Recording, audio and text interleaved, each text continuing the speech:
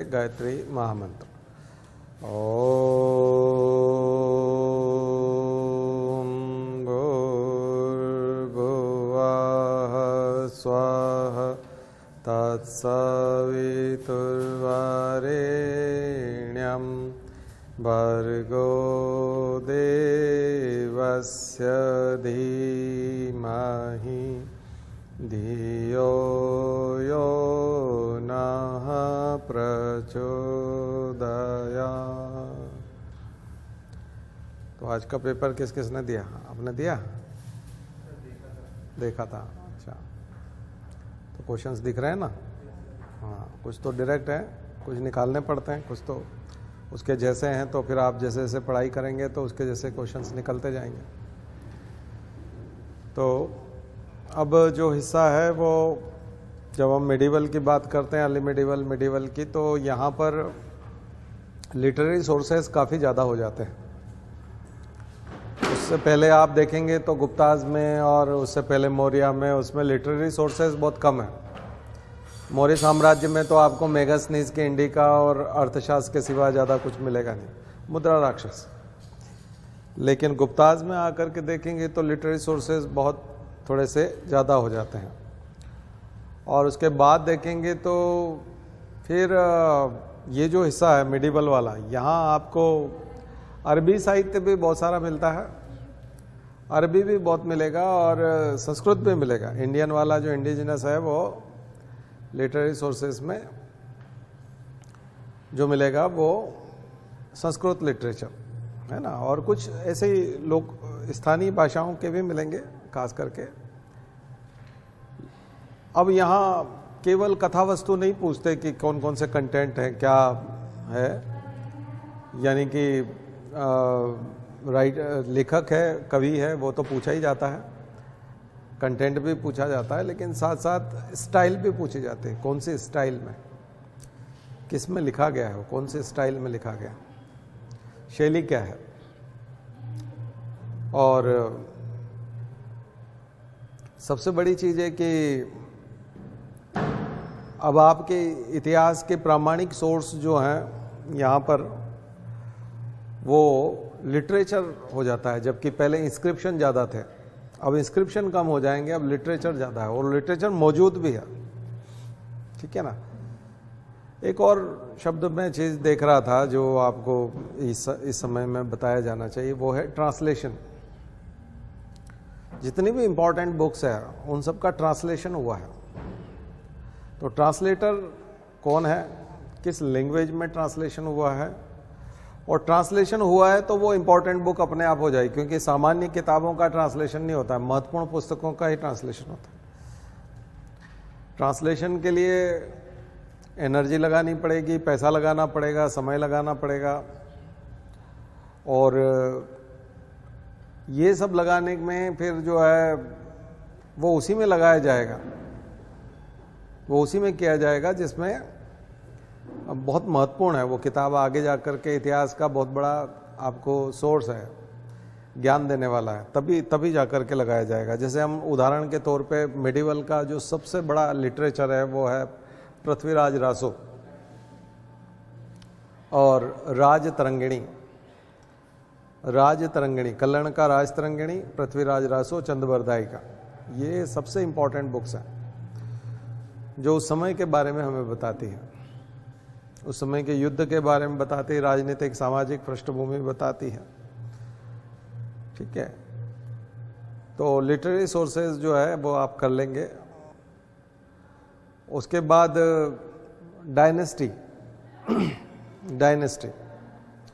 तो मध्ययुगीन ये जो इतिहास है, कल मैं आपसे बात कर रहा था अरबों का आक्रमण, इस्लाम का आक्रमण, और इस्लामिक गुट जो है वो आ रहे थे, और वो आक्रमण तो आप पढ़ेंगे ही। उसके साथ साथ राजपूतों का उदय है ना, राजपूत जातियों का उदय, खास करके राजपूतों का उदय, उसमें परमार, चंदेल, ठीक है, और गुर्जर प्रतिहार और चालुक्याज यानी सोलंकी, ये चार बहुत इम्पोर्टेंट जाति। परमार, ठीक है। तो ये 4 वंश जो है ये इनका उदय आपको देखना। उसके बाद बहुत सारे और वंश हैं जो राजपूत वंश हैं जो इन्हीं में से निकले हैं। बहुत सारे कुल गोत्र हैं, क्लान सिस्टम है, वो यहीं से निकले हैं, तो उनको आपको समझना है। छोटे छोटे हैं, कई बार उनका नामकरण अपने सोवरिन जो राजा था उनके ऊपर जो कोई छत्रपति था, या छत्रपति शब्द तो नहीं है यहाँ पे, लेकिन यह चक्रवर्ती राजा है जो उसके ऊपर है, उसके नाम के आधार पर या उसकी सेवा करने की वजह से उनको नए नाम से संबोधित किया जाता है। ऐसे करके बहुत सारे, ये सब सामंत थे, जो उनके बड़े सामंत थे उन्हीं के फिर बाद में राज्य बन गए और वो राजपूत जाति के रूप में बाहर में निकले। तो बहुत सारी जातियां हैं राजपूत जातियां। तो राजपूत जातियों की उत्पत्ति और इस्लाम का आक्रमण, ये दोनों एक साथ है। और उत्तर भारत इसलिए प्रभावित रहा क्योंकि आपको पता है कि इस्लाम का आक्रमण जो है वो खैबर दर्रे से, अफगानिस्तान पाकिस्तान का जो क्षेत्र है अभी, वहाँ से भारत में प्रवेश करने का माध्यम था, इसलिए उत्तर भारत बहुत ज़्यादा प्रभावित रहा। पहले आक्रमणकारियों में मोहम्मद बिन कासिम, उसके बाद जो महत्वपूर्ण जो इन्वेडर हैं उनमें आते हैं महमूद गजनवी और मोहम्मद गोरी। महमूद ऑफ गजनी जो था उसको हम सामान्य भाषा में हिंदी में महमूद गजनवी कहते हैं। अब देखिए, इतिहासकार हिस्टोरियन 2 तरह के हैं, एक निरपेक्ष एक सापेक्ष है। जो भारत के सापेक्ष हैं, हिंदू धर्म के सापेक्ष हैं, वो अलग भाषा में लिखते हैं कि ये मुस्लिम आक्रांता है और इन्होंने लूटपाट की, हत्याएं की, वो इस तरह की लैंग्वेज यूज करते हैं। जो निरपेक्ष हैं, केवल हिस्टोरियन है, वो बोलते हैं नहीं वो बहुत बुद्धिमान था, बहुत ताकतवर था, बहुत योजना बना करके हमला करता था। तो उनका लिखने की भाषा दूसरी होती है। तो ये डिपेंड करता है कि आप किसकी किताब पढ़ रहे हैं, हिस्टोरियन कौन है, इतिहासकार कौन है। एक बात सार्वभौमिक सत्य है कि कोई भी सोवरेन कंट्री या कोई भी समाज जो चुपचाप अपनी खेती कर रहा है, अपने समाज में खुश है, अपनी व्यवस्था में जी रहा है,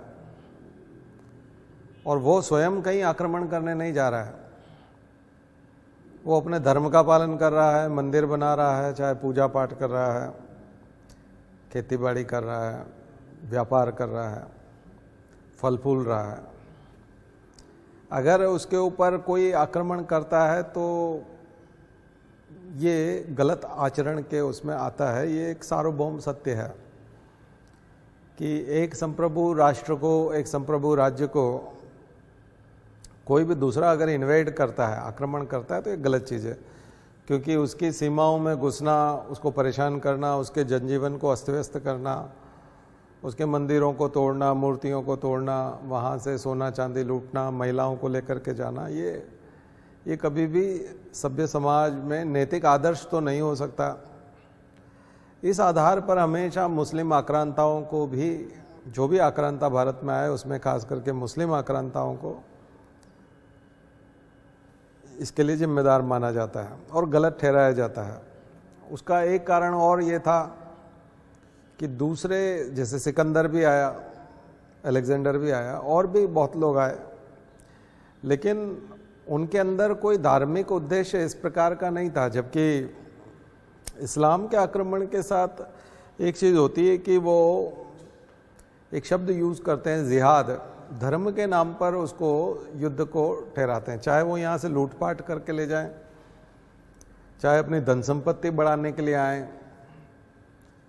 वो एक चीज़ जरूर करते हैं कि देखिए, हम मूर्ति पूजा के खिलाफ हैं, बुत परस्ती के खिलाफ हैं, और हम जो मूर्ति पूजा करते हैं ऐसे लोगों की मूर्तियां तोड़ना और ऐसे मूर्ति पूजक लोगों की जान लेना, यानी उनका गला काट देना,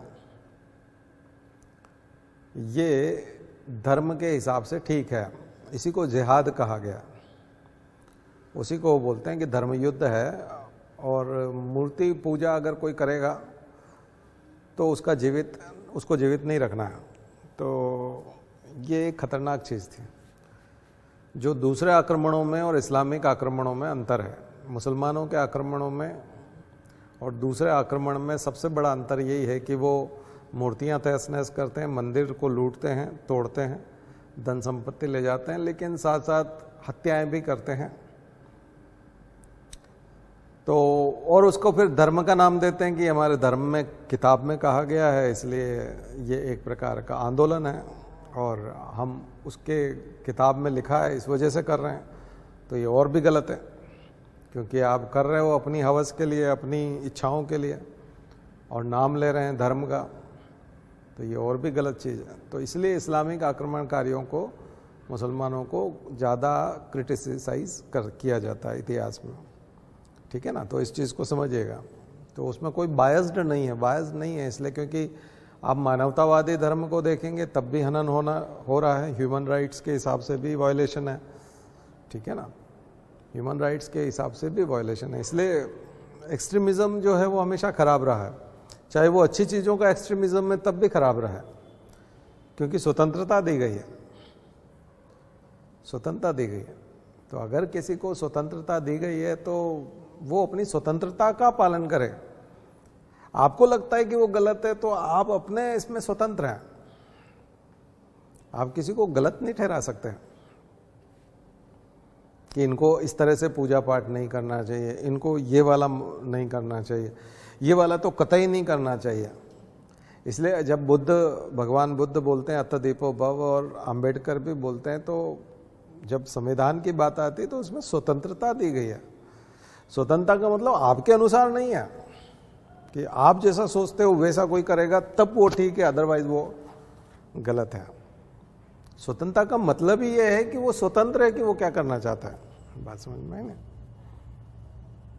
तब आप अंबेडकर की बात मान रहे हैं, तब आप भगवान बुद्ध की बात मान रहे हैं, तब आप आर्य संस्कृति की बात मान रहे हैं, क्योंकि वेदों में भी स्वतंत्रता है, उपनिषदों में भी स्वतंत्रता का पक्ष लिया गया है, गीता में भी स्वतंत्रता का पक्ष लिया गया है, ठीक है, और संविधान में भी स्वतंत्रता का पक्ष लिया गया है।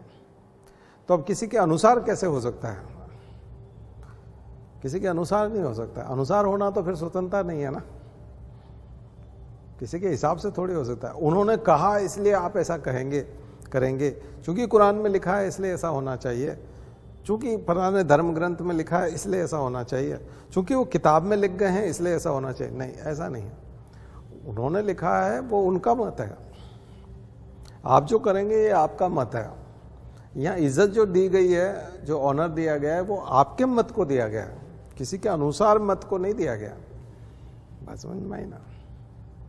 तो यही ओपन सोसाइटी जो है आपको यूएस में मिलेगी, ठीक है। ओपननेस की जो बात आती है वो यही है। तो आने वाला समय जो है वो स्वतंत्रता का है, फ्रीडम का है। फिर फ्रीडम कितना होना चाहिए कि फ्रीडम बस इतना ही होना चाहिए कि आप किसी के दूसरे के उसमें टांग ना अड़ाएं। आप कहोगे नहीं ये मेरा फ्रीडम है, लेकिन अगर किसी को दूसरे को दिक्कत होने लग जाए आपकी फ्रीडम की वजह से, तो वहां फिर रेस्ट्रिक्शन आ जाएंगे, रीजनेबल रेस्ट्रिक्शंस। वो रीजनेबल रेस्ट्रिक्शंस है। फ्रीडम कितनी है? फ्रीडम अगर खाली जगह है तो आप पूरे कमरे में सो जाइए, लेकिन अगर 3 लोग हैं तो फिर आपको 3 लोगों के हिसाब से जगह बनानी पड़ेगी। 10 लोग हैं तो 10 लोगों के हिसाब से जगह बनानी पड़ेगी। आप कहेंगे हमारे फ्रीडम का क्या हुआ, हम तो पूरे कमरे में सोना चाहते हैं। नहीं, तब नहीं सो सकते ना, क्योंकि अब 10 लोग सोएंगे तो फ्रीडम कम हो गई। आ गया समझ में?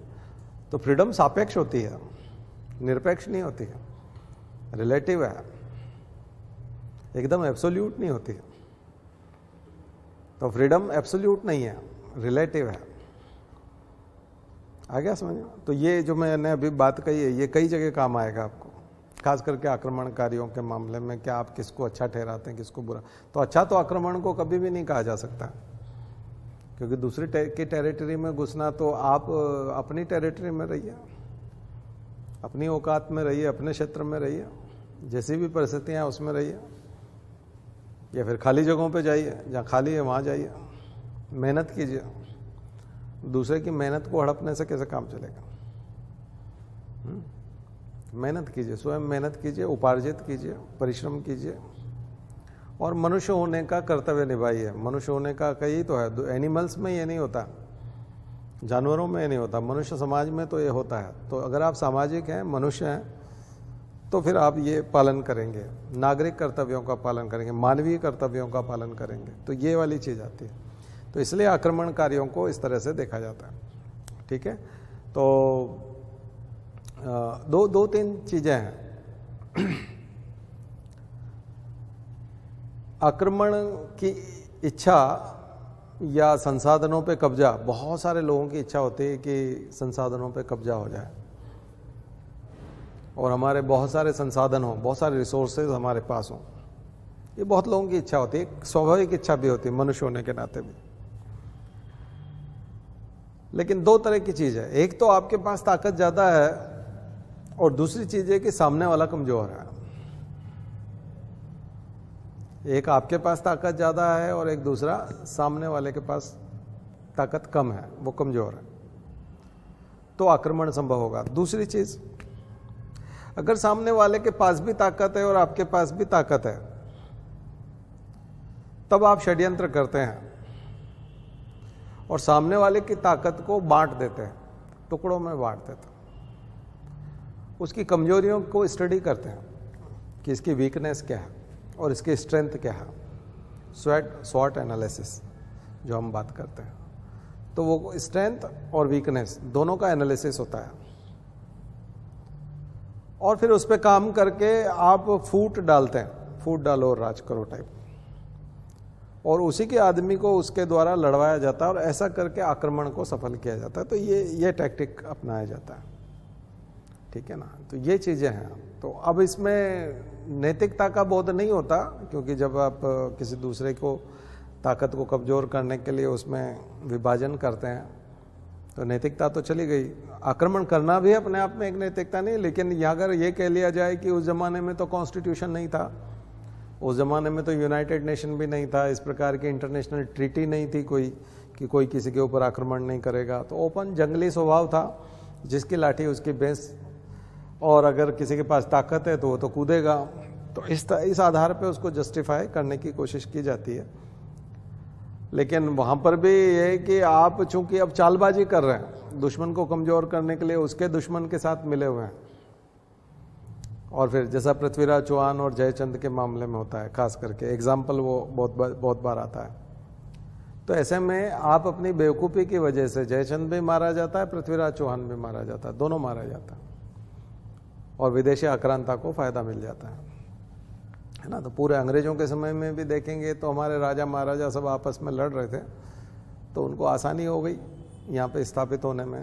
तो मुग़लों को भी स्थापित होने में आसानी हुई, बल्कि बाबर को तो एक तरह से निमंत्रण ही गया था कि आप आइए, है ना, क्योंकि इब्राहिम लोधी इसको हटाना है और इसको हटा करके फिर हमको यहाँ पर शासन स्थापित करना है। तो मुग़ल शासन की स्थापना ऐसे हुई। तो ये सब अगर आप देखेंगे तो दो तरह का, वही स्ट्रेंथ एंड वीकनेस। तो ये आक्रांताओं के, तो मुस्लिम आक्रमणों की विशेषताएं, और ये जब कभी लिखने को आएगा ना कि अरब आक्रमण की विशेषताएं या भारत में 1000 ईस्वी के आसपास की हलचल को समझाइए, ठीक है ना, तो दोनों तरह की हलचल थी, तो इसको समझिएगा। और यहाँ एक बहुत इंपॉर्टेंट व्यक्ति है अलबरूनी। अलबरूनी पे जरूर शॉर्ट नोट लिखिएगा, बहुत ही इंपॉर्टेंट है मेंस के हिसाब से भी और कल्चर के हिसाब से भी, क्योंकि उसकी जो तहकीक-ए-हिंद, तूती-ए-हिंद, तहरीक-ए-हिंद, कई सारे नाम हैं किताब के। तो उसकी जो किताब है वो समय का हमारा काफ़ी हिस्ट्री बताती है, हिस्ट्री के बारे में बताती है। तो अगर आपने हमारे पुराने लेक्चर सुन रखे हैं, अभी के देखें, तो अभी के आप क्वेश्चंस देखेंगे तो आज के भी और यूपीएससी के भी बहुत सारे क्वेश्चन आपको ऐसे सीधे सीधे मिलेंगे जिसके बारे में हम चर्चा कर रहे हैं। ठीक है, तो फिर आएगा मोहम्मद गौरी वाला, जिसके बारे में फिर हम बात करते हैं। तो पृथ्वीराज चौहान का जिक्र भी आता है और जयचंद का भी आता है, और बहुत दूर तक वो फिर एक इस्लाम का पूरा वातावरण बना के चला गया ना, जिससे कि फिर गुलाम वंश की शुरुआत हुई, दिल्ली सल्तनत, और उसके जनरल सिपह सालार जो है वो दूर दूर तक थे, ठीक है ना। केवल नॉर्थ में नहीं बचे, केवल वहाँ नहीं, पूरा नॉर्थ की बात नहीं थी, बल्कि बंगाल तक। बख्तियार खिलजी जो वहाँ बंगाल में जनरल बैठा हुआ था उसका, वो भी, और ऊपर कुबाचा और वो तमाम प्रकार के जो सिंध और पंजाब और वो सब स्टोरी आप देख लीजिएगा। हमारे नोट्स में तो बहुत अच्छे से हमने खोल के बताया, लेकिन और भी आप देखेंगे तो मिल जाएंगे। यल्दोज, कुबाचा, है ना। फिर बहुत ही इंपॉर्टेंट व्यक्ति हैं यहाँ पर कुतुबुद्दीन ऐबक, है ना, जो स्लेव्स में से था। स्लेव डायनेस्टी भी कहते हैं हम लोग, मामलुक डायनेस्टी, स्लेव डायनेस्टी, और खास करके सल्तनत पीरियड। और अब इन लोगों के पास में जो था बहुत कम समय था, ज़्यादा समय नहीं था, क्योंकि भारत में नए नए आए थे, इस्लाम की स्थापना भी करनी है इनको, और पूरा राज्य भी बनाना है, और सेना को संगठित भी करना है, और समाज को भी एक तरह से निर्माण करना है। तो बहुत मुश्किल काम था उस तरह से समाज को गाइड करना या कंट्रोल करना, शासन करना उसके ऊपर। राजमहल के षड्यंत्र चालू रहेंगे, तो इन्होंने धर्म पर शॉर्ट टर्म ध्यान दिया, और उसका ये हुआ कि पहले से जो विद्यालय थे, मंदिर थे, और जो भी जैन मंदिर थे, उन्हीं को तोड़ करके फिर वहाँ पर उन्होंने मस्जिदें बनाई। तो केवल ऊपर गुंबद स्थापित किए थे। तो शुरुआत की जो मस्जिदें हैं, इसीलिए अभी आप ज्ञानव्यापी वाला, जो ज्ञानव्यापी का जो मस्जिद है, या मथुरा की जो कृष्ण मंदिर वाली मस्जिद है, या ये जो बाबरी मस्जिद की बात हम लोग करते हैं, तो ये जितनी भी मस्जिदें 1500-1600 तक बनी हैं, तो ये कोई मस्जिदें पूरी तरह से नींव से लेकर के गुंबद तक नहीं बनाई गई हैं। ये केवल नीचे कोई मंदिर था, उसी को तोड़ करके ऊपर, तो अगर आप आर्कियोलॉजिकल अगर सर्वे करवाएंगे तो डेफिनेटली वो सारे मंदिर ही निकलेंगे, उसमें कोई ज़्यादा वो समझने वाली बात नहीं। इतिहास में भी स्पष्ट लिखा है कि उन्होंने मस्जिद बना दी थी। 2.5 दिन का झोपड़ा मस्जिद, संस्कृत विद्यालय था, ठीक है ना। तो जितने भी थे वो कोई न कोई ऑलरेडी इंस्टीट्यूट चल रहा था कोई, और वहाँ दीवारों में आप खोदेंगे तो लिखा हुआ दिख जाएगा, पेंटिंग्स दिख जाएंगी, श्लोक लिखे हुए दिख जाएंगे, ठीक है। वो कोई बहुत बड़ी वो चीज़ नहीं है, वो आसान है, और उसका अगर खुदाई करके सर्वे करेंगे तो निकल आएगा, वो मंदिर ही निकल आएगा, ठीक है ना। चाहे वो बनारस हो, चाहे काशी का हो, चाहे वो मथुरा का हो, चाहे वो अभी जो हम लोग बात कर रहे थे राम मंदिर वाली जगह पर, तो वहाँ पर भी आर्कियोलॉजिकल सर्वे में मंदिर के अवशेष निकल आएंगे। क्योंकि ये बात तो तय है कि हम वैदिक काल के बाद में उत्तर वैदिक बात करते हैं, उत्तर वैदिक के बाद गुप्तास की बात करते हैं, गुप्ता में नागर शैली के मंदिर की बात करते हैं, उधर द्रविड़ शैली के मंदिर की बात कर रहे हैं। तो यानी उत्तर भारत में भी मंदिर बन रहे हैं, दक्षिण भारत में भी मंदिर बन रहे हैं। इस्लाम का तो जन्म ही 600 के आसपास है, तो मस्जिदों की शुरुआत तो बहुत देर से है, बहुत बाद में है। तो इतिहास में उसकी शुरुआत ही बहुत लेट है, ठीक है ना। उससे पहले तो फिर क्रिश्चियनिटी आ गई है, इस्लाम से पहले तो क्रिश्चियनिटी। तो सेंट थॉमस पहली बार केरल में लेके आया, तो पहला चर्च पहली सदी में ही आ गया था। 100 ईस्वी के आसपास पहला चर्च भारत में बन गया था। तो मस्जिदों से 500 साल पहले जो है वो चर्च बन गया था। तो इतिहास को आप इतिहास के साथ देखेंगे तो समझ में आएगा, ठीक है। कॉम्प्रिहेंसिव विज़न आपका होना चाहिए सिविल सर्विसेज के हिसाब से। ये तैयारी जो मैं जिस लैंग्वेज में बात कर रहा हूँ, इसी लैंग्वेज में तैयारी होती है। अदरवाइज तो आप हिस्ट्री सब्जेक्ट टीचर बनने के लिए तैयार कर रहे होते हैं, ठीक है ना। कॉम्प्रिहेंसिव विज़न होता है, पूरा 360 डिग्री वाला विज़न, डेप्थ वाला, और पूरा आपको समझ में आना चाहिए कि क्या हो रहा है, कौन सा क्या है। अदरवाइज तो कई लोग पढ़ते हैं लेकिन उनको वो क्रोनोलॉजी समझ में नहीं आती, समय समझ में नहीं आता, पहले कौन है, बाद में कौन है, कारण समझ में आना चाहिए, इम्पैक्ट समझ में आना चाहिए, कॉज और इम्पैक्ट वो भी समझ में आना चाहिए। जब तक आप ये सब नहीं करेंगे तब तक आप गलती करते जाएंगे,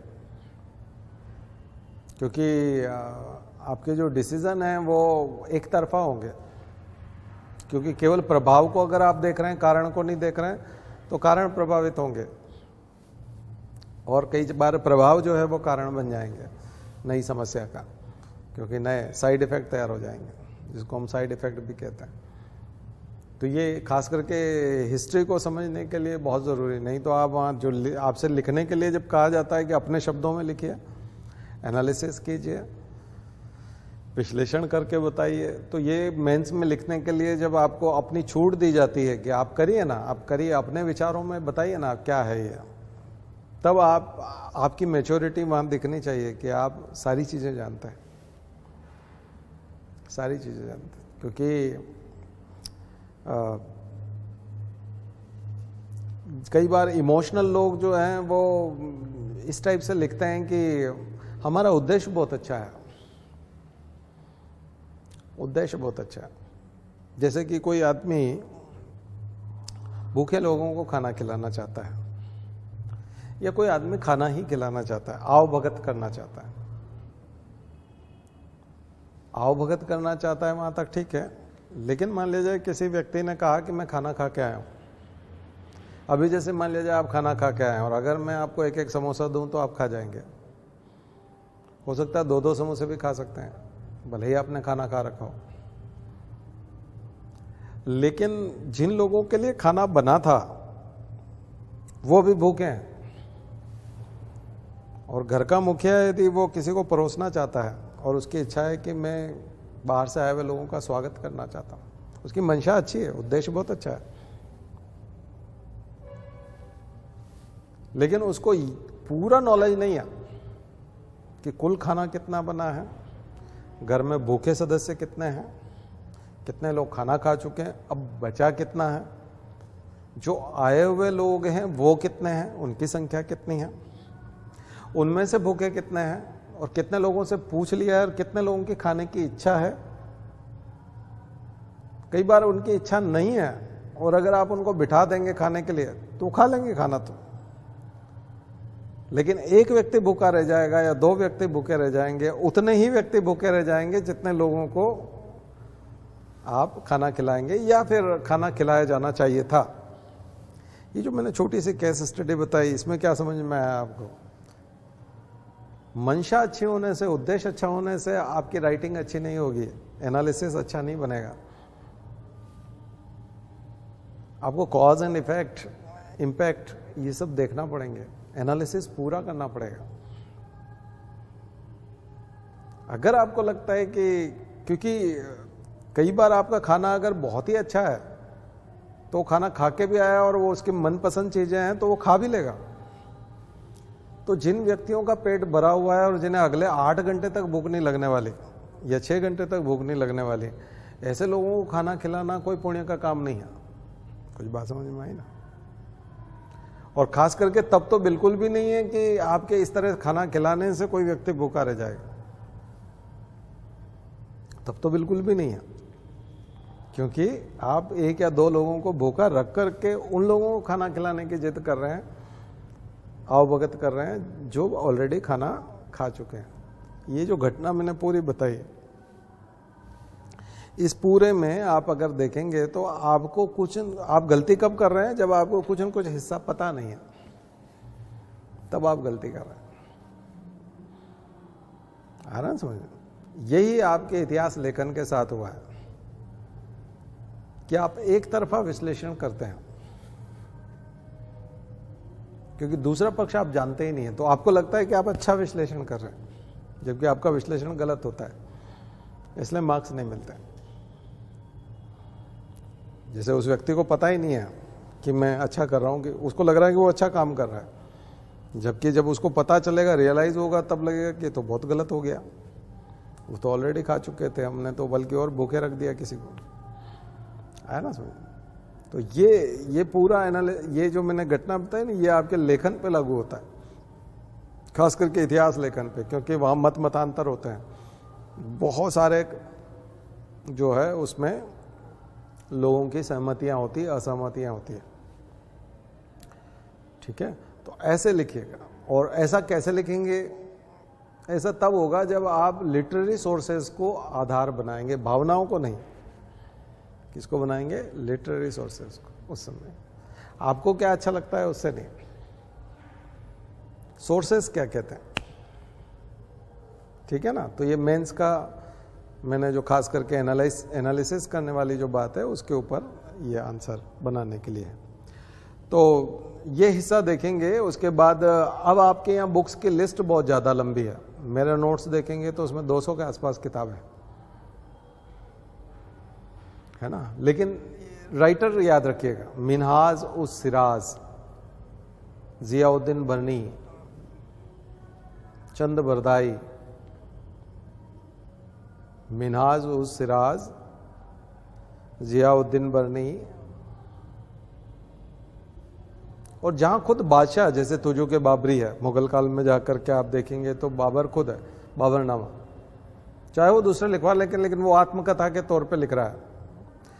राजा के नाम से जो भी आत्मकथा है, ऑटोबायोग्राफी है, चाहे वो दूसरे ने भी लिखी है, वो बहुत इंपॉर्टेंट ग्रंथ है, क्योंकि वो पूरा उसके समय के बारे में बताता है। ठीक है, तो व्यक्ति देख करके पहला तो अलबरूनी हो जाएगा, सबसे ऊपर तो अलबरूनी है। तो ऐसे इंपॉर्टेंट नाम आप निकालिएगा। और मेरे नोट्स में यदि आप देखेंगे 200 है तो कम से कम 20 तो निकालिए, 10 टाइम्स कम निकालिए लेकिन 20 निकालिए। और उसमें सबसे इंपॉर्टेंट व्यक्ति है अमीर खुसरो इस जगह पर। और अमीर खुसरो को मैंने आपको बताया था, उन 6 लोगों में मैंने बताया तो युग परिवर्तन वाले लोग हैं, जिन्होंने जमाने को बदला था। अमीर खुसरो उस टाइप का व्यक्ति है। अशोक और अकबर के बराबर वेटेज दिया जाता है हिस्ट्री में अमीर खुसरो को।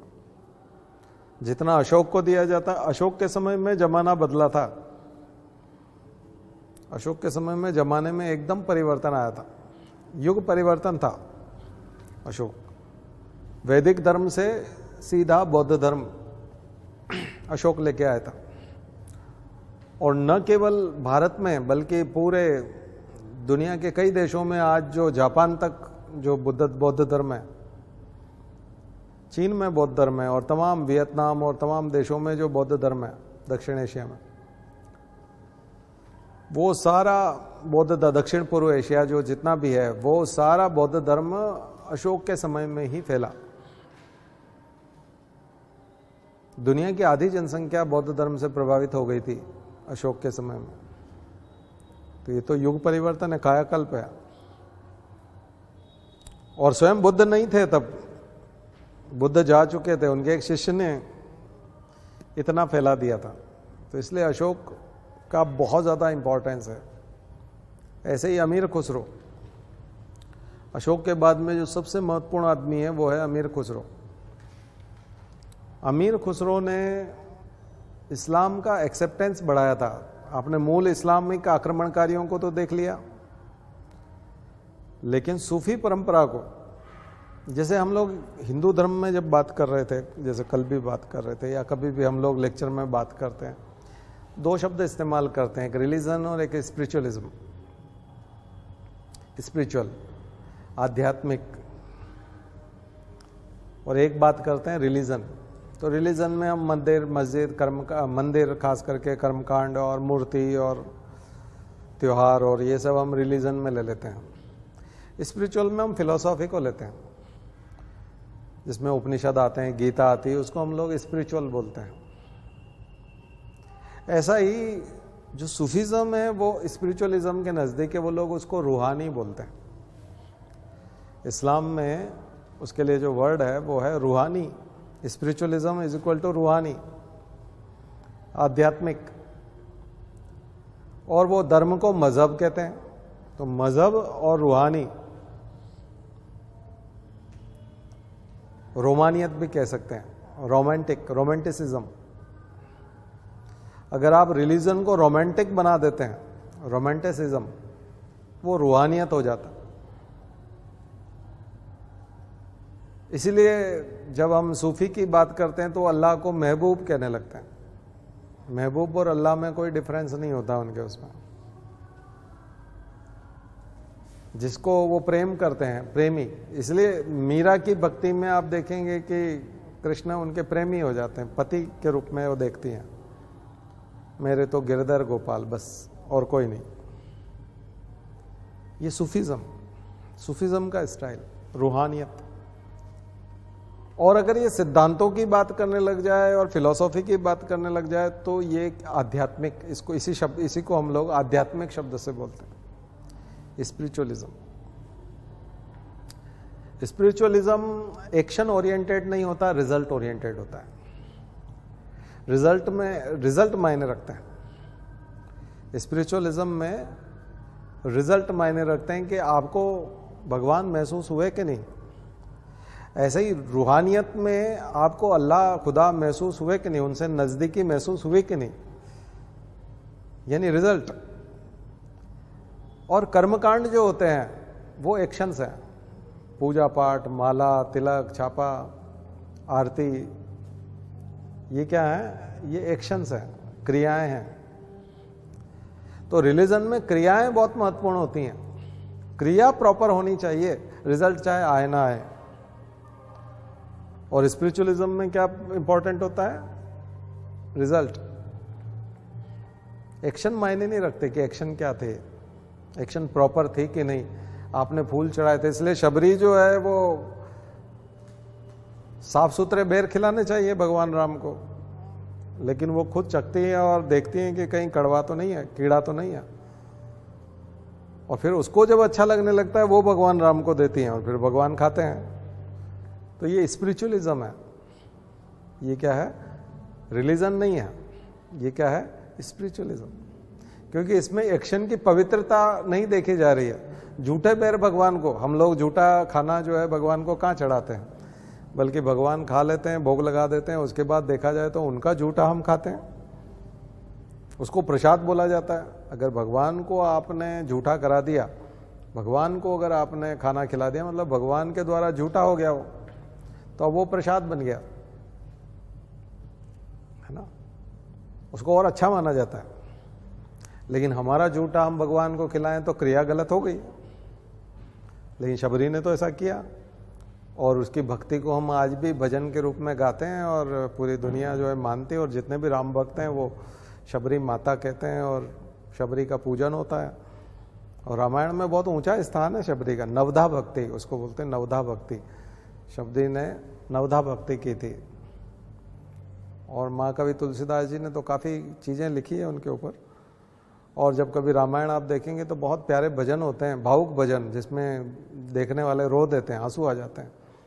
ऐसा भक्ति भाव है, जबकि क्रिया तो गलत है, क्रिया के हिसाब से तो गलत है, यानी कि कर्मकांड तो गलत है। इसका मतलब धर्म नहीं है। क्या चीज़ है? अध्यात्म। वो आध्यात्मिक स्थिति है। वही कृष्ण सुदामा की दोस्ती में भी देखने को मिलता है। ऐसी बहुत सारी कहानियां हैं हिंदू धर्म में। वही रूहानियत और सूफीज़म, और उसी सूफीज़म को फैलाने का जो श्रेय है वो अमीर खुसरो को है, जिसकी वजह से दारा शिकोह जैसे लोग निकले और जिसकी वजह से इस्लाम को भारत में स्थान मिला, एक्सेप्टेंस आया। इसलिए वो युग परिवर्तक है, दुनिया को बदला है उसने। स्पेशली भारत के ऊपर बहुत बड़ा प्रभाव है, भारतीय समाज पर भी और भारतीय धर्म पे भी और भारतीय कला पे, खास करके संगीत पे। संगीत और नृत्य, ये जो चीज़ें निकल कर गए, तबले का आविष्कार, तमाम प्रकार के संगीत वाद्य यंत्रों की शुरुआत, लय, ताल, गति, जो हम नाट्यशास्त्र में देख रहे थे भरत मुनि के, उसको उसने और आगे बढ़ाया। और बादशाहों को जोड़ा, किसके साथ जोड़ा? धर्म के साथ जोड़ा, धार्मिक गुरुओं के साथ जोड़ा, खास करके सूफी संतों के साथ जोड़ा। तो वो एक तरह का एडमिनिस्ट्रेटर था, कम्युनिकेटर था। रिलीजियस जो गुरुज थे और तमाम स्पिरिचुअल लीडर्स थे उस समय के, उनके साथ जो किंग थे, जो उनका पेट्रोनेज उनको दिलवाया। चाहे वो हज़रत निज़ामुद्दीन हो, चाहे वो हज़रत मोइनुद्दीन चिश्ती हो, तमाम सलीम चिश्ती हो, ये सब जो है, ये जो सिलसिले चले हैं ना, चिश्तिया सिलसिला और ख़ास करके चिश्तिया वाला, इसके लिए सबसे ज़्यादा जिम्मेदार आदमी जो था वो अमीर खुसरो। ठीक है, इसलिए अमीर खुसरो के ऊपर शॉर्ट नोट लिखिएगा। क्यों क्वेश्चन आएंगे उसका कारण समझ में आएगा आपको। 6 लोगों का बताता हूं मैं हर बार, उनमें अशोक, अमीर खुसरो, तीसरा अकबर। अकबर ने भी ज़माने को बदला था। अकबर ने फिर ज़माने को बदला, डर्रे को बदला। उसके पहले के मुग़ल शासक, और ख़ास करके मुग़ल शासकों में तो ज़्यादा पहले नहीं थे, उसके पिता हुमायूं और बाबर ही था, लेकिन उसके पहले के जो मुसलमान शासक थे और अकबर था, उसमें बहुत जमीन आसमान का अंतर था। वो खुद पढ़ा लिखा नहीं था, लेकिन पढ़े लिखे लोगों की इज्जत करता था और उनसे ज्ञान प्राप्त करने की इच्छा होती थी। वो प्रोसेस्ड फूड चाहता था एक तरह से। वो खुद पढ़ाई लिखाई की मेहनत ना करके वो निष्कर्ष चाहता था, रिजल्ट्स चाहता था। तो काफ़ी हद तक वो आध्यात्मिक था, ठीक है ना। वो रूहानी जो ज्ञान है उसको प्राप्त करने के लिए उसकी इच्छा होती थी। तो ये वाला जो काम किया फिर अकबर ने किया, और वो फिर एक्शन में भी आया। तो गलतियां बहुत सारी हैं उसकी ज़िंदगी की, लेकिन उसने ज़माने को, उस ज़माने में एक नया नज़रिया दिया था सोचने का, जो उसके धर्म में भी दिखता था, दीन इलाही में, ठीक है। फिर एक व्यक्ति मैंने आपको बताया था मॉडर्न हिस्ट्री में, राजा राम मोहन राय। जब हम लोग मॉडर्न हिस्ट्री की शुरुआत करते हैं तो राजा राम मोहन राय। तो अशोक, अमीर खुसरो, उससे पहले दारा शिकोह, अकबर के बाद में एक और आदमी मैंने बताया था दारा शिकोह, जिसने फिर युग परिवर्तन किया था, दारा शिकोह। और उसके बाद फिर जमाने को फिर से शीर्षासन कराया, 180 डिग्री घुमा दिया, वो थे राजा राम मोहन राय। और उसके बाद नए भारत की नींव रखने वाले पंडित जवाहरलाल नेहरू, पंडित जवाहरलाल नेहरू। ये 6 लोगों ने भारत को जितना बदला, जितने एंगल पे बदला और जितने परसेंटेज में बदला, उतना किसी व्यक्ति ने नहीं बदला। गांधी ने भी नहीं। गांधी ने प्रभावित किया, परिवर्तित नहीं किया। प्रभावित करना और परिवर्तित करना अंतर है। गांधी प्रभावित तो करते हैं लेकिन परिवर्तित नहीं करते हैं। अंबेडकर भी आप ले सकते हैं, क्योंकि वो कानून बना करके प्रभावित भी करते हैं और परिवर्तित भी करते हैं। बहुत बड़ा परिवर्तन अंबेडकर के माध्यम से हुआ दलित उत्थान के रूप में, और नारियों की, महिलाओं की स्थिति को बदलने में। दलितों की स्थिति और महिलाओं की स्थिति में काफ़ी हद तक परिवर्तन अंबेडकर की वजह से आता है। लेकिन हम लोग पंडित जवाहरलाल नेहरू के उसी में इनको भी जोड़ लेते हैं, क्योंकि पंडित जवाहरलाल नेहरू अगर उनको इम्पोर्टेंस नहीं देते तो शायद वो नहीं कर पाते, अपने बलबूते पे नहीं कर पाते। उनको संरक्षण मिला था पंडित जवाहरलाल नेहरू का, कानून मंत्री के रूप में भी और संविधान सभा में भी, क्योंकि इंटरिम प्राइम मिनिस्टर तो 1937 से ही तय हो गया था ना कि पंडित जवाहरलाल नेहरू हैं, यानी फ्यूचर के प्राइम मिनिस्टर तो तय हो ही गए थे। 1937 में ही तय हो गया था, क्योंकि जो गवर्नमेंट बनी थी उस समय में, उसमें प्राइम मिनिस्टर तो नेहरू ही थे, जवाहरलाल नेहरू। तो काफ़ी हद तक ये तय हो गया। अगर उनका फ्रीडम नहीं मिलता तो फिर वो नहीं कर पाते। अभी जैसे किसी भी मिनिस्टर को अगर मोदी फ्रीडम ना दे, तो प्रधानमंत्री मोदी के फ्रीडम के बिना तो कोई भी मिनिस्टर नहीं कर पाएगा ना। तो फ्रीडम तो वहीं से मिले थे। तो इसलिए चाहे पंडित जवाहरलाल नेहरू बोलते हैं, चाहे हम लोग डॉक्टर अंबेडकर बोलते हैं, दोनों एक ही बात है, दलित उत्थान और नारी उत्थान। नारियों को भी उनके अधिकार, कानून बना करके अधिकार। देखिए, कॉन्स्टिट्यूशन अधिकार नहीं है, ध्यान रखिए, मैंने आपको पहले भी बताया था, कॉन्स्टिट्यूशन अधिकार नहीं है, कॉन्स्टिट्यूशन गाइडलाइन है। अधिकार भी चलो ठीक है, कॉन्स्टिट्यूशन में अधिकार दिए हैं, फंडामेंटल राइट्स दिए हैं, लेकिन कानून नहीं है। तो कॉन्स्टिट्यूशन कानून की गाइडलाइन बुक है, खुद में कानून उतना नहीं है। इसलिए आर्टिकल 17 अनटचेबिलिटी वाला, अस्पृश्यता का अंत, 1950 में संविधान लागू हो गया, लेकिन अनटचेबिलिटी तो खत्म नहीं हुई, क्योंकि आर्टिकल 17 में ये नहीं लिखा हुआ है। ये लिखा हुआ है कि छुआछूत नहीं करेगा, राज्य छुआछूत को बढ़ावा नहीं देगा। लेकिन अगर कोई नागरिक, कोई संस्था, कोई संगठन अगर छुआछूत कर रहा है तो उसको सजा कैसे मिलेगी? इसलिए एट्रोसिटी वाला एक्ट 1955 में अलग से है। जैसे उपाधियों के अंत के लिए, टाइटल के एबोलिशन के लिए अभी कोई एक्ट नहीं है। तो अगर कोई नाम के आगे टाइटल लगा लेता है तो हम उसको जेल थोड़ी भेज पाते हैं। जबकि 18 में तो लिखा हुआ है कि नहीं होना चाहिए। इसलिए कॉन्स्टिट्यूशन अपने आप में कानून उस तरह का नहीं है कि उसके कारण आप किसी को जेल भेज दो। कॉन्स्टिट्यूशन का पालन एक तरह का ऐच्छिक है, वॉलंटरीली है, मैंडेटरीली नहीं है। कुछ मामलों में कॉन्स्टिट्यूशन को बेसिक हवाला दिया जाता है कोर्ट में डिबेट करने के लिए। उसके कॉन्स्टिट्यूशन में ऐसा लिखा है, आप ऐसा कर कैसे सकते हैं? ये तो कॉन्स्टिट्यूशन की मूल भावनाओं के खिलाफ है। तब जाकर के वो एक आधार का काम करता है। लेकिन वो जजेस के सामने आर्ग्यूमेंट रखते समय, आम जिंदगी में, आम समाज में तो कानून काम करते हैं जो आईपीसी सीआरपीसी के तहत संचालित होते हैं। आया समझ में? तो इसलिए वो जो कानून बनाने का काम किया है, इसलिए महिलाओं की स्थिति आम्बेडकर के कॉन्स्टिट्यूशन बनाने से नहीं, बल्कि हिंदू कोड बिल के लाने से। और कॉन्स्टिट्यूशन की वजह से अनटचेबिलिटी खत्म नहीं है, बल्कि 1955 के एट्रोसिटीज एक्ट जो है, अगर एससी एसटी के खिलाफ अत्याचार होते हैं तो उसके अत्याचार निवारण कानून जो है, उसकी वजह से तो चेंज है। तो उसको समझिएगा तो ठीक है। इसलिए वो युग परिवर्तक है, जमाने को बदला है। कानून है ऐसा इस वजह से। अभी कानून बन जाए 33% रिजर्वेशन है महिलाओं को, तो 33% महिलाएं संसद और विधानसभा में होंगी ना। अभी 10-12% रहती हैं, बाद में 33% होंगी। कई बार पंचायतों में महिला उतनी पढ़ी लिखी नहीं मिलती, घूंघट निकालती हैं, बल्कि उनके बदले उनके पति काम करते हैं, बच्चे काम करते हैं। लेकिन महिला को बनाया जाता है ना, मजबूरन बनाना पड़ता है, क्योंकि 50% रिजर्वेशन है। तो महिला जो निर्वाचित होती है, सिग्नेचर करती है और सरपंच कहलाती भी है, पंचायत प्रतिनिधि कहलाती है, जनपद अध्यक्ष कहलाती है, जिला पंचायत अध्यक्ष कहलाती है, और वो होती है। आप कुछ नहीं कर सकते, क्योंकि वो कानून है।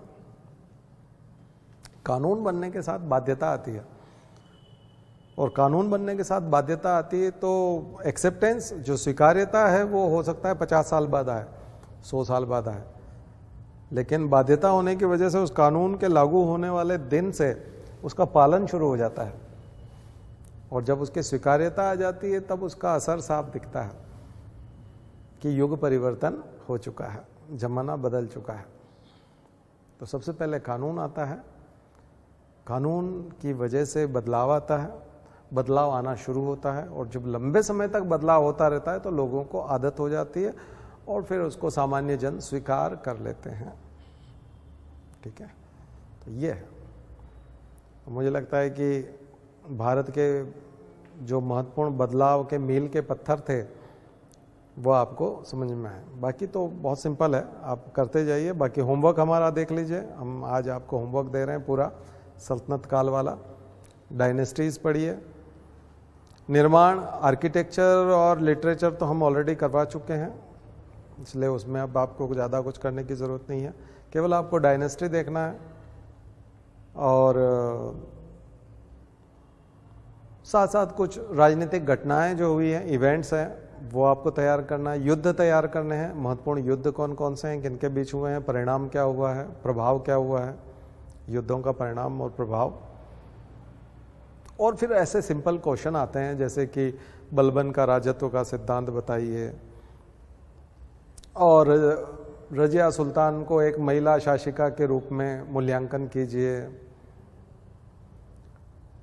चालीसा दल क्या था, उसके बारे में बताइए। फिर मोहम्मद बिन तुगलक के ऊपर थोड़ा सा क्वेश्चन आता है कि उनका जो राजधानी परिवर्तन का फैसला, उनकी ज़िंदगी के महत्वपूर्ण फैसले क्यों आलोचना होती है। तो उनकी ज़िंदगी में बहुत सारे ऐसे फैसले थे जिनकी आलोचना होती है, वो क्या था। तो ये क्वेश्चंस होते हैं जनरल। और मुगल शासन में सबसे ज़्यादा क्वेश्चंस अकबर के बनते हैं। बाकी युद्ध के अलावा जो क्वेश्चन होते हैं वो अकबर के बनते हैं। उसमें दीन इलाही बहुत इंपॉर्टेंट क्वेश्चन है। दक्षिण की विजय के बारे में शाहजहां और औरंगजेब का काफ़ी क्वेश्चन बनता है कि दक्षिण में क्यों रहा और उससे जुड़े हुए क्वेश्चंस हैं, उसको देखिए, ये होमवर्क है आपका। और फिर मुगल साम्राज्य का पतन क्यों हुआ, उसके दो कारण हैं। खुद मुगल साम्राज्य भी एक कारण है, उसकी क्या कमियां थी, और रीजनल पावर्स का इमरजेंस, क्षेत्रीय शक्तियों का उदय कैसे हुआ और वो पावरफुल कैसे हुई। मराठा शक्तियां, सिख शक्तियां, तमाम प्रकार की रीजनल पावर्स, बंगाल और दक्षिण भारत के छोटे छोटे राज्य। तो हम नेक्स्ट टाइम जो पढ़ेंगे वो मॉडर्न हिस्ट्री की शुरुआत करेंगे सैटरडे संडे में, और खास करके यूरोपीय शक्तियों का आगमन और मुगल साम्राज्य का पतन, यहाँ से मॉडर्न हिस्ट्री की शुरुआत मानी जाती है। कुछ लोग 1857 की क्रांति से मॉडर्न हिस्ट्री की शुरुआत मानते हैं, तो उसमें ज़्यादा कंफ्यूज होने की ज़रूरत नहीं है, उसमें जो भी हो उससे कोई फर्क नहीं पड़ा। 1857 की पृष्ठभूमि बनाने के लिए भी आपको मुगल साम्राज्य का पतन करना पड़ेगा और रीजनल पावर्स को उठाना पड़ेगा, तभी 1857 की पृष्ठभूमि बनेगी, बैकग्राउंड तो तभी बनेगा। तो वो हम अगली बार करेंगे। बाकी हमने जो एक क्वेश्चन बताया उसके हिसाब से होमवर्क कर लीजिए। चलिए, शांति पाठ। ओम द्यौ शांति अंतरिक्ष ग्वम शांति पृथ्वी शांतिरापः शांतिरौषधयः शांति वनस्पतयः शांतिर्विश्वे देवाः शांतिर्ब्रह्म शांतिः सर्वगं शांतिः शांतिरेव शांतिः सामा शांतिरेधि। ओम शांति शांति शांति सर्वारिष्टासु शांतिर्भवतु। बोले गायत्री माता की, परम पूज्य गुरुदेव की, परम वंदनीय माता जी की। हम सुधरेंगे, हम बदलेंगे, एक बनेंगे। जन्म जहाँ पर, अन्न जहाँ का, ज्ञान जहाँ से, वह है प्यारा। देश की रक्षा कौन करेगा। मानव मात्र, नर और नारी, जाति वंश सब, भारत माता की, भारतीय संस्कृति की